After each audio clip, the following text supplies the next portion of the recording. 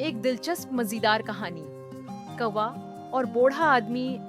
गांव के एक सुनसान कोने में एक पुराना सा झोंपड़ा था, जहां एक बूढ़ा आदमी रहमत अली तन्हा जिंदगी गुजार रहा था।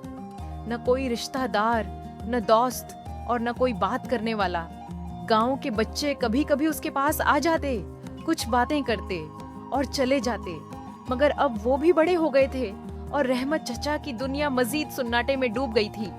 एक शाम, जब सूरज पहाड़ों के पीछे छिपने वाला था, एक काला चमकदार कौवा आकर उनके सहन की दीवार पर बैठ गया। वो कौवा बड़े गौर से रहमत चचा को देख रहा था, जैसे वो कोई पैगाम लाया हो। चचा ने मुस्कुराकर कहा, आ गया तू भी अकेलेपन का साथी। और रोटी का एक टुकड़ा उसकी तरफ उछाल दिया। कौवा नीचे आया, रोटी खाई और चुपचाप उड़ गया।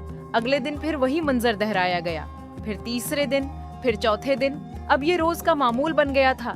रहमत चचा उसे कालो कहकर बुलाते। वो कहते, कालो, तो आता है तो दिल को कुछ करार सा आता है, तू न हो तो दिन सोना लगता है। कालो उनकी बातें तो न समझता, मगर वो मोहब्बत जरूर महसूस करता। वो कभी चचा के कुंधे पर बैठ जाता, कभी उनके हाथ से रोटी खाता और कभी दीवार पर बैठकर लंबी काएं काएं करता, जैसे कहानी सुनाता हो। दिन कालो के इंतजार में गुजरने लगे। वो उसे अपनी तन्हाई का साथी मान चुके थे। गांव के कुछ लोग हंसते, कुछ हैरान होते, मगर चचा के चेहरे पर जो सुकून नजर आता, वो सबको खामोश कर देता। फिर एक दिन सर्दी की शिद्दत कुछ ज्यादा थी। चचा की तबीयत अचानक बहुत खराब हो गई।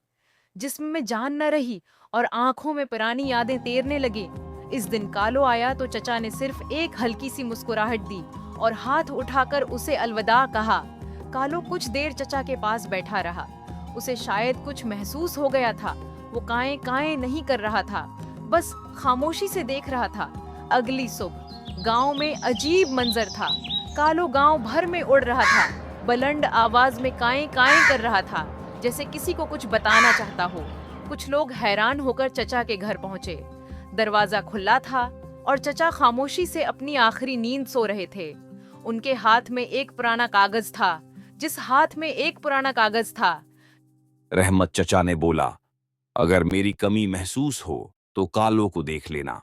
वो मेरी आखिरी दोस्ती, मेरी आखिरी खुशी और मेरी तन्हाई का इलाज था। चचा की तदफीन हुई, सब ने दुआएं दें और कालो, वो चुपचाप उनकी कब्र के करीब बैठा रहा। सूरज गुरूब हुआ तो वो आसमान की तरफ परवाज कर गया। लोग कहते हैं वो कभी वापस नहीं आया, लेकिन जिन्होंने ये मंजर देखा, उनके दिलों में ये बात नक्श हो गई कि कभी-कभी इंसान को बचाने के लिए एक सादा सा परिंदा ही काफी होता है।